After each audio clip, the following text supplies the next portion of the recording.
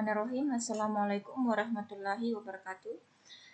Perkenalkan, kami dari kelompok 3 mata kuliah Etika Profesi Teknologi Informasi akan mempresentasikan hasil dari diskusi kami, yang dimana kelompok 3 ini terdiri dari beberapa orang, yaitu yang pertama Irbin Olivianus Soang, yang kedua saya sendiri Winda, yang ketiga Yoel Tambing, yang keempat Nurul Atifah Dewi Anjani, dan yang kelima Musyawirul Haq.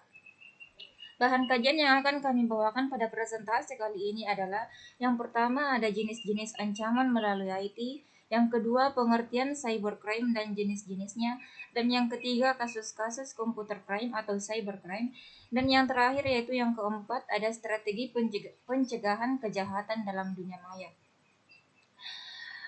Materi pertama jenis-jenis ancaman melalui IT yang akan dibawakan oleh Nurul Atifah Dewi Anjani. Kemudian materi kedua pengertian cybercrime dan jenis-jenisnya yang akan dibawakan oleh Musyawirul Haq dan saya sendiri. Materi ketiga kasus-kasus computer crime yang akan dibawakan oleh Irbin Olivianus Soang, dan materi terakhir yaitu strategi pencegahan kejahatan dalam dunia maya yang akan dibawakan oleh Yoel Tambing. Materi pertama yaitu jenis-jenis ancaman melalui IT akan dibawakan oleh Nurul Atifah Dewi Anjani. Kepadanya dipersilahkan. Assalamualaikum warahmatullahi wabarakatuh. Terima kasih atas kesempatannya. Perkenalkan, nama saya Nurul Atifah Dewi Anjani yang akan menjelaskan jenis-jenis ancaman atau threat melalui TI. Yang pertama, illegal content. Illegal content adalah tindakan memasukkan data atau informasi ke dalam internet yang dianggap tidak benar, tidak etis, dan melanggar hukum atau mengganggu ketertiban umum. Contoh yang paling populer adalah pemutaran suatu berita bohong atau fitnah yang akan menghancurkan martabat atau harga diri pihak lain dalam bidang pornografi.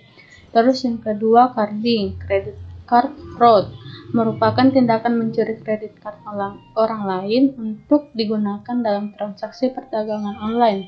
Carding merupakan bagian dari cyber fraud, yaitu sejenis kejahatan manipulasi informasi keuangan dengan tujuan untuk mengeruk keuntungan sebesar-besarnya. Terus yang ketiga, hacking dan cracking. Hacker adalah orang yang memiliki keinginan untuk mengetahui atau mempelajari suatu sistem komputer secara detail bagaimana cara meningkatkan kapabilitasnya. Sedangkan cracker adalah orang yang menyusup masuk ke dalam sistem orang lain dengan tujuan untuk memenuhi kepentingan pribadi maupun golongan dengan ahli ekonomi dan lainnya atau sebatas kesenangan tersendiri. Terus yang keempat itu gambling. Gambling atau judi paling banyak dilakukan di dunia nyata, namun kenyataannya berkembangnya teknologi internet memungkinkan perjudian di dunia maya. Gambling pada dunia maya dapat memicu kejahatan lainnya, seperti pengedaran narkoba, perdagangan senjata gelap, dan lain-lainnya. Terus yang kelima adalah cyberterrorism, merupakan sebuah tindakan yang mengancam pemerintah atau warga negara, termasuk cracking ke situs pemerintah atau militer.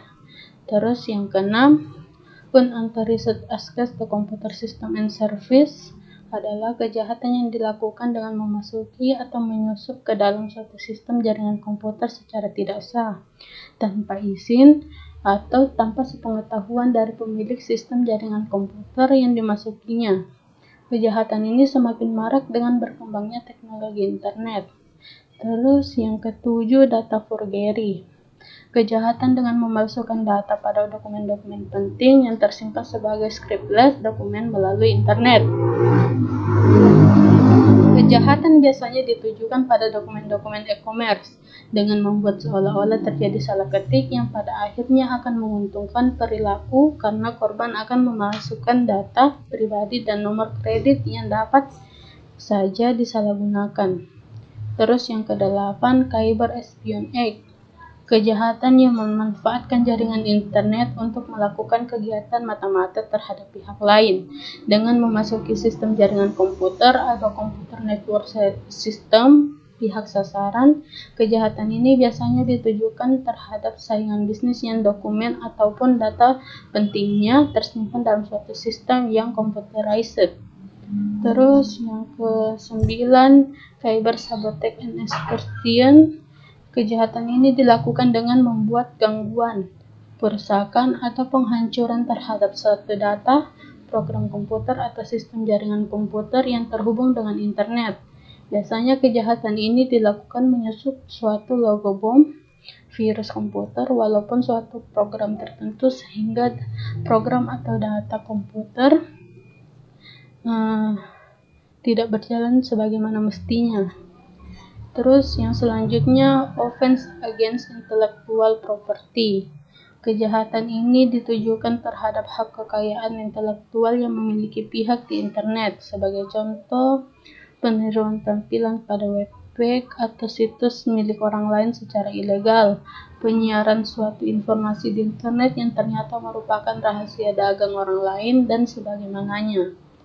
Terus terakhir, infringements of privacy.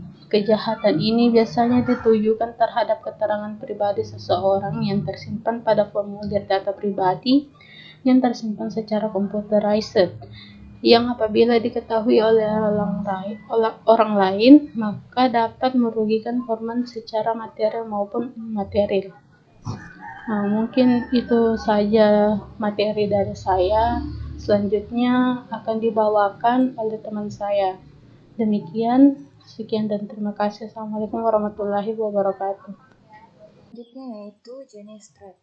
Jenis-jenis threat ada beberapa, yaitu yang pertama, ancaman perangkat keras. Ancaman ini merupakan ancaman yang disebabkan oleh pemasangan perangkat tertentu yang berfungsi untuk melakukan kegiatan tertentu dalam suatu sistem. Yang kedua yaitu ancaman perangkat lunak. Ancaman ini merupakan ancaman yang disebabkan masuknya perangkat lunak tertentu yang berfungsi untuk melakukan kegiatan pencurian, perusakan, dan manipulasi informasi. Yang ketiga yaitu ancaman data.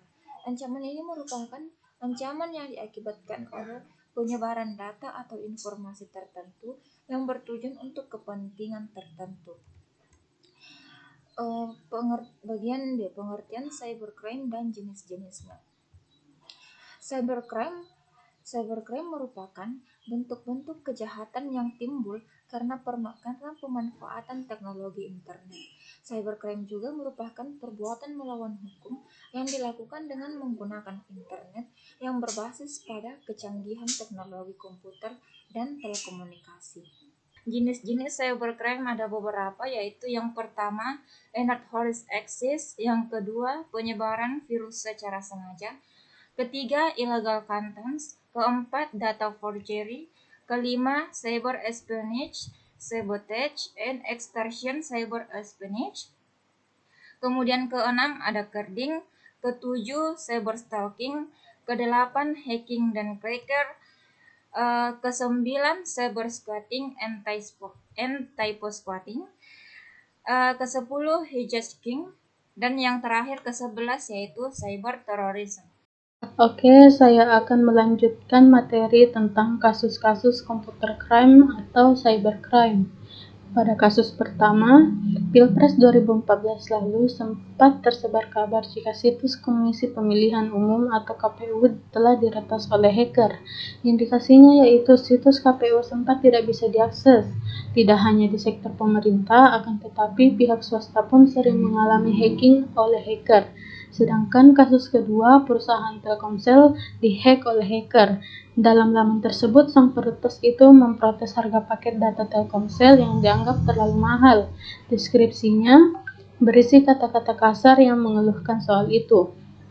Terus, pada kasus ketiga, membajak situs web, salah satu kegiatan yang sering dilakukan oleh cracker adalah mengubah halaman web, yang dikenal dengan istilah deface. Pembajakan dapat dilakukan dengan mengeksploitasi lubang keamanan. Sekitar 4 bulan yang lalu, statistik di Indonesia menunjukkan 1 situs web dibajak setiap harinya. Kasus keempat, probing and port scanning, salah satu langkah yang dilakukan cracker sebelum memasuki server yang ditargetkan adalah melakukan pengintaian. Cara yang dilakukan dengan melakukan port scanning atau probing untuk melakukan service apa saja yang telah tersedia di service target. Sebagai contoh, hasil scanning dapat menunjukkan bahwa server target menjalankan program web service, a page, mail server, send mail, and seterusnya. Terus kasus kelima, virus seperti halnya dapat di tempat lain. Virus komputer pun menyebar di Indonesia. Penyebaran umumnya dapat dilakukan dengan menggunakan email. Seringkali orang yang sistem emailnya terkena virus tidak sadar akan hal ini. Virus ini kemudian dikirimkan ke tempat lain melalui emailnya. Kasus virus ini sudah cukup banyak, seperti virus Misela, I Love You, dan Sircam. Untuk orang yang terkena virus, mungkin tidak banyak yang dapat kita lakukan. Terus kasus ke-6, denial of service atau DOS dan distributed DOS. Etik merupakan serangan yang bertujuan untuk melumpuhkan target, seperti hang dan crash, sehingga dia tidak dapat memberikan layanan. Terus serangan ini tidak melakukan pencurian, penyadapan, ataupun pemalsuan data. Tapi dengan hilangnya layanan, maka target tidak dapat memberikan servis sehingga ada kerugian finansial. Terus kasus ketujuh. Pada tahun 2004, di Indonesia juga dihebohkan jebolnya komputer server Komisi Pemilihan Umum yang dibobol oleh spyware yang berasal dari Indonesia bernama Dhani Firmansyah, yang akhirnya mengacaukan sistem yang ada di KPU.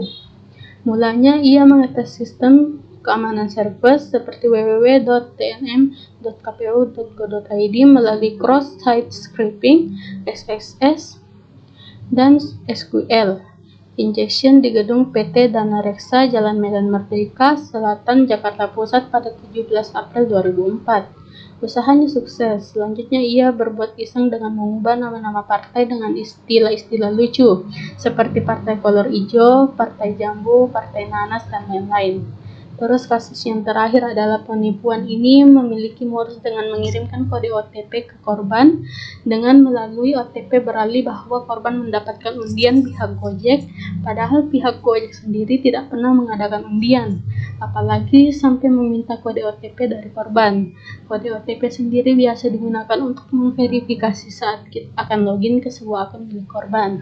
Jika pelaku telah memiliki kode ini, pelaku akan mudah untuk masuk ke akun Gojek yang akan dituju. Untuk meyakinkan korbannya, pelaku akan menyebutkan nama korban terlebih dahulu agar korban mempercayai itu sebagai sebuah penipuan. Strategi pencegahan kejahatan dalam dunia maya. Salah satu strategi untuk meminimalisir kejahatan dalam dunia maya adalah dengan membangun cyber security. Seperti dari penjelasan singkat di buku ini yang saya kutip dari beberapa jurnal. Secara singkat, cyber security ke depannya hendaknya dibangun atas 5 dasar bidang. Yang pertama, hukum atau undang-undang cyber. Yang kedua, teknis dan tindakan prosedural. Pengguna akhir dan bisnis, pendekatan langsung, dan penyedia layanan dan perusahaan perangkat lunak. Yang ketiga, struktur organisasi. Struktur organisasi sangat berkembang menghindari tumpang tindih. Yang keempat, capacity building dan pendidikan pengguna. Kampanye publik dan komunikasi terbuka dari ancaman cybercrime terbaru. Kerjasama internasional, termasuk dalam kerjasama timbal balik dalam upaya mengatasi ancaman cyber. Ya, ini adalah 4 kelembagaan keamanan cyber, yaitu Kominfo,